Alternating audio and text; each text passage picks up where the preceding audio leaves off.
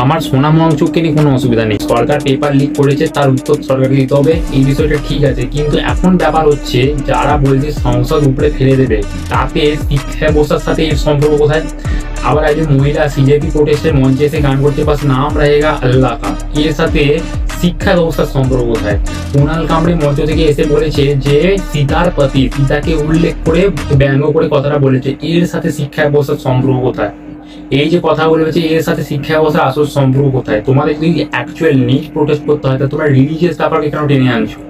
এই যে অ্যাকচুয়ালি হিন্দুদেরকে টার্গেট করে কথাটা বলা হচ্ছে, তাহলে এটা কি সত্যি নিট প্রোটেস্টের জন্য এগুলো হচ্ছে, নাকি কোনো ধর্মকে বা পার্টিকে চেঞ্জ করার জন্য হচ্ছে? পাঞ্জাবে এখন স্টুডেন্ট প্রোটেস্ট হচ্ছে, কিন্তু পাঞ্জাবে এত কিছু হচ্ছে না।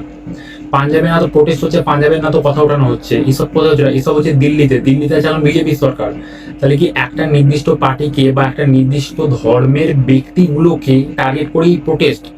আর এইসব প্রোটেস্ট কোনো নিটের প্রোটেস্ট নয়, এসব ছাত্রদেরকে শুধু ব্যবহার করা হচ্ছে। আসল খেলা হচ্ছে এফসিআর বিল নিয়ে।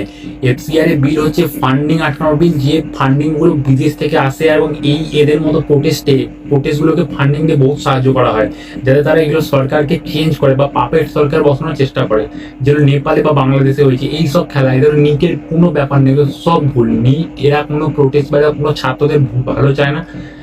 যদি এরা অ্যাকচুয়ালি ছাত্রদের ভালো চাইতো, তাহলে এরা স্টেজ থেকে পিসফুল প্রোটেস্ট করতে জবাব চাইতো, তাহলে সংসদ ভবন উপরে খেলার কথা বলতো না, বলতো না যে নেপাল বানাবো ভারতকে। এরা এইসব কথা মোটেও বলতো না। এসব একমাত্র খেলা, এগুলো সব